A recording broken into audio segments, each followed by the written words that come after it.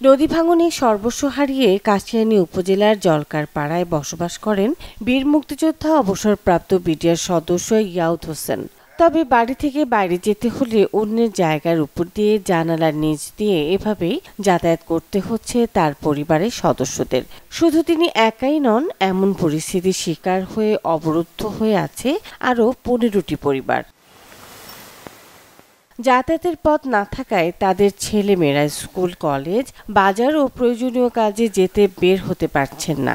ফলে অবরুদ্ধ অবস্থায় মানবেতর জীবনযাপন করতে হচ্ছে তাদের। আমাদের ছেলেবেলে সরকারি স্কুলে যেতে হবে, আমরা স্বাধীন সঠিকভাবে আমরা এই সরকারি জায়গার মধ্যে সরকারি জায়গা থাকতে আমাদের জায়গা দেবে না। তারা বাড়ি করে রয়েছে, তারা গাছ লাগাই খাচ্ছে, তারা কাছে কিন্তু আমাদের পথ দেবে না। কোনো কিছু আনাও যায় না, বেরোনো যায় না, আত্মীয় স্বজন আসতে পারে না, বা কোনো রোগী যদি অসুস্থ থাকে তার নেওয়ার মতন কোনো লোক নেই। একটা গাড়ি ভ্যানাই নিয়ে যে তার ভ্যানে উঠায় যে সেই হসপিটালে নিতে হবে, এরকম কোনো সিস্টেম নেই। ধনের পাইতে যাই, মানুষের বাড়ির পাইতে যাই।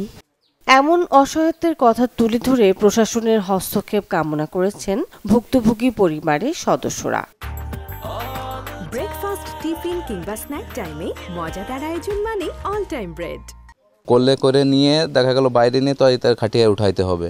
তা আমরা চাচ্ছি যে অবরুদ্ধ থেকে একটু মুক্তি পেতে চাই। বিয়ে শাদীর ব্যাপারে যে আত্মীয় স্বজন বাড়িতে আসবে, তারা পথঘাট না থাকার কারণে ছেলে মেয়ে তারা বিয়ে শাদী থেকে বঞ্চিত হয়ে যাচ্ছে। শহর থেকে যখনই আসি আমার ওই কারো বাড়ির চিপা দিয়া, কারো বাড়ির জানলার তল দিয়ে আমার ঢুকতে হয়, এবং ব্যাগ ট্যাগ নিয়ে আসলে সহজে আমি ঢুকতে পারি না।